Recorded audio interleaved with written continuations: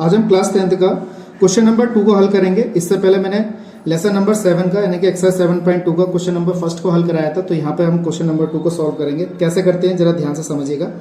ये हमारा क्वेश्चन थोड़ा स्पेशल है क्योंकि इसमें आपको फॉर्मूले ज़्यादा याद होने चाहिए। ठीक है दोस्तों, अंत्य विभाजन का सूत्र अच्छी तरीके से याद होना चाहिए।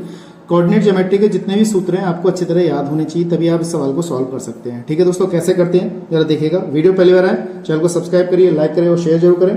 बेल आइकन को जरूर प्रेस करें जिससे कि नया नोटिफिकेशन आपको तुरंत मिले। ठीक है दोस्तों, तो आप मुझे जानते हैं, मेरा नाम है साकिब और आप देख रहे हैं मेरे चैनल Pi20। चलिए शुरू करते हैं। तो सबसे पहले आपको क्या है, सवाल क्या है हमारे पास ये समझना है। बिंदु 4,-1 यानी कि ए के पॉइंट हमें 4,-1 दे रखे हैं और बी पॉइंट हमारे पास कितना है ये वाला है। तो इसके बिंदु जो हमें दे रखे हैं -2,-3 दिया है, को जोड़ने वाले रेखा को समत्रिभाजित करता है। समत्रिभाजित का मतलब है 3 भागों में इसे बांटता है, यानी कि पहला भाग, दूसरा भाग और तीसरे भाग में इसको बांटता है। तो इसको जो 3 भागों में बांट रहा है, इस P और Q के बिंदु के हमें यहाँ क्या करने हैं, निर्देशांक ज्ञात करने हैं। यानी कि P के और Q के बिंदु के निर्देशांक ज्ञात करने हैं। जैसे ये बिंदु है, ऐसे P का और Q के बिंदु के हमें निर्देशांक ज्ञात करने हैं। तो कैसे करते हैं देखिएगा, वीडियो पर बने रहें। कैसे करते हैं देखिएगा। सबसे पहले हमारे पास जो पॉइंट है, अगर हम देखें, अगर हम इस वाले को समत्रिभाजित कर रहा है यानी कि इसको 3 भागों में बांट रहा है, यानी कि पहला भाग, दूसरा भाग और तीसरा भाग। अगर मान लीजिए मैंने यहाँ से यहाँ तक इसको पहला भाग मान लिया 1, और मान लीजिए ये हमारे पास 2 भाग हैं, 1 भाग 2 भाग, यानी कि 1 और 1 कितने हो गए, तो इसको मैंने 2 मान लिया। जब तो समत्रिभाजित होगा, एक स्टेप में हम क्या करेंगे, यहाँ से लेके यहाँ तक हमने क्या किया, 2 भाग मान लिए और यहाँ से लेके यहाँ तक हमने 1 भाग मान लिया। तभी ये हमारा क्या कहलाएगा, समत्रिभाजित कहलाएगा। मेन चीज यही समझने की है इसमें। आपने अगर ये चीज समझ ली, समझ लो सवाल सॉल्व कर लिया। ठीक है दोस्तों, ये बात आपको अच्छी तरह समझ में आ गई होगी, अच्छी तरीके से समझ में आ गई होगी। जब हमारे पास ये पॉइंट है तो इसको हम क्या कर सकते हैं, सॉल्व कर सकते हैं। अब हमारे पास यहाँ पे 2 चित्र काम करेंगे। एक तो A और B के बीच में P बिंदु काम करेगा, यानी कि इस वाले बिंदु पर और इस वाले बिंदु पर ये बिंदु काम करेगा अंत्य विभाजन के लिए। तो पहले हम P को सॉल्व करते हैं। इस बिंदु पर ये P बिंदु और ये B बिंदु, यानी कि ये वाला पॉइंट काम करते हैं। तो यहाँ पे M1 का मान हमारा 1 हो जाएगा और M2 का मान यहाँ पे 2 हो जाएगा। तो P बिंदु के लिए यहाँ पे लिख लेते हैं हम P बिंदु के लिए। तो सबसे पहले P बिंदु के लिए हम सॉल्व करेंगे यहाँ पर। ठीक है दोस्तों, तो P बिंदु के लिए हमें क्या क्या चीज चाहिए यहाँ पर समझने की चीज है।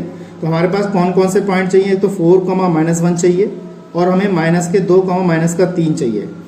M1 अनुपात M2 चाहिए। तो हमारे पास ये हमारा x1 है, ये y1 है, x2 है और ये y2 है। वो P बिंदु ज्ञात करेंगे। M1 अनुपात M2 का मान कितना हमारे पास है, यहाँ पे हमने 1 अनुपात पहले 1 माना है, फिर हमने यहाँ पे 2 माना है। ठीक है, M1 M2 की जगह यहाँ पे लग जाएगा। अब हम सूत्र में इसको फिट करते हैं। तो सूत्र हमारा क्या होता है, x इसके लिए, तो x बराबर क्या होगा हमारे पास, M1 x2 plus M2 x1, ये हो गया बटे में M1 प्लस M2, ये चीज हमने यहाँ पे ले लिया। तो x बराबर हमारे पास M1 का मान कितना है, देखिए हमारे पास 1 है, गुणा x2 का मान हमारे पास कितना है, -2 है। M2 का मान हमारा यहाँ पे 2 दे रखा है। ठीक है दोस्तों, और गुणा x1 का मान हमारे पास कितना है, 4 है, बटे में M1 plus M2। M1 M2 का मान हमारे पास आ गया 1 + 2। इस तरीके से कर लिया। x बराबर -2 प्लस के 8 बटे में कितना 3 हो जाएगा। x बराबर कितना 6/3 यानी कि 2 आ गया। तो एक बिंदु जो आया हमारे पास कितना आया, 2। अब हम y का मान ज्ञात करते हैं, है ना, इसके लिए। तो y के लिए y बराबर कितना हो जाएगा हमारे पास, M1 y2 plus M2 y1 upon में M1 प्लस M2। तो यही बिंदु काम करेंगे हमारे यहाँ पे भी। y बराबर M1 का मान 1, y2 का मान हमारा -3 है, M2 का मान कितना है हमारा 2 है, y1 का मान हमारा -1 है यहाँ पर, M1 प्लस M2 यानी कि 1 + 2। तो y बराबर ये हो गया -3, ये हो गया -2 अपॉन में कितना 3। तो y के जो पॉइंट आ गए हमारे पास वो कितना आ गया, -5/3 आ गया। यानी कि ये हमारे बिंदु आ गए, यानी कि P पॉइंट जो हमने अभी बताया था, P पॉइंट ये वाला, इसके निर्देशांक कितने आ गए, ये आ गए 2, -5/3। अब हमें Q के ज्ञात करने हैं। तो Q के कैसे ज्ञात करेंगे देखिएगा जरा। ठीक है दोस्तों, तो Q के ज्ञात कर लेते हैं यहाँ पर हम। तो यहाँ लिख देंगे हम Q के लिए, हमने Q के लिए ज्ञात कर लिए। Q के लिए कौन कौन सी चीज़ की जरूरत पड़ेगी हमें, Q के लिए देखिए हमारे पास A बिंदु की, Q बिंदु की और B बिंदु की, यानी कि P पॉइंट तो हमने ज्ञात कर लिया, इसे हटा दीजिए। जैसे पहले हमने जब P के ज्ञात करे तो Q को हटा दिया था, तो अब हमने क्या करना है, A बिंदु, Q बिंदु और B बिंदु लेना है। तो Q के लिए हमारे पास कौन कौन से पॉइंट हैं, देखिए 4, -1 है और 2 -2 -3 है और m1 अनुपात m2 जो है यहाँ पे कितना हो जाएगा, 2:1 हो जाएगा। तो हमने यहाँ पे 2:1 ले लिया।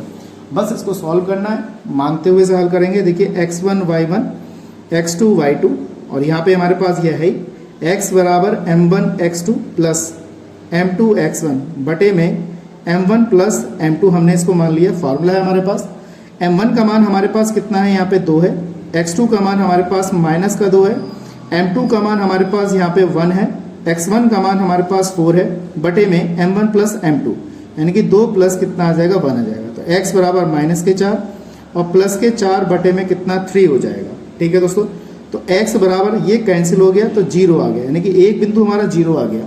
अगले बिंदु को यानी कि y के पॉइंट ज्ञात करेंगे तो y बराबर m1 y2 plus m2 y1 upon में m1 प्लस m2। तो y बराबर m1 का मान कितना हो जाएगा हमारे पास, यहाँ पे 2 हो जाएगा, y2 का मान हमारा -3 है, y2 का मान हमारा यहाँ पे -3 है, प्लस m2 का मान हमारे पास कितना है, 1 है, y1 का मान हमारे पास यहाँ पे -1 है बटे में 1 यानी कि 2 प्लस कितना हो जाएगा, 1 हो जाएगा। तो y बराबर यहाँ पे -6 -1 अपॉन में 3। तो y बराबर हमारे पास आ गया यहाँ पे 7 अपॉन कितना 3। तो ये आ गए हमारे y के पॉइंट, यानी कि हमारे पास जो q पॉइंट हो गया, यानी कि q के जो बिंदु हैं यानी कि इसके जो पॉइंट है वो 0, -7/3 हुए। और यही क्या कर रहा था, इसको समत्रिभाजित कर रहा था। तो हमने क्या किया, p और q के पॉइंट हमने यहाँ पर अच्छी तरीके से ज्ञात कर लिए। तो मैं समझता हूँ यहाँ पर आपको अच्छी तरह समझ में आ गया होगा। और कोई दिक्कत है तो मुझे कमेंट्स में बताइएगा। ठीक है दोस्तों, और सवाल बहुत ही आसान था, ज़्यादा हार्ड नहीं था, बस आपको थोड़ा प्रैक्टिस की जरूरत है कैसे इसको हमने यहाँ पे करा। ठीक है दोस्तों, तो आज के लिए इतना ही। नेक्स्ट वीडियो में मिलेंगे ऐसे इंटरेस्टिंग क्वेश्चन के साथ। जय हिंद, वंदे मातरम।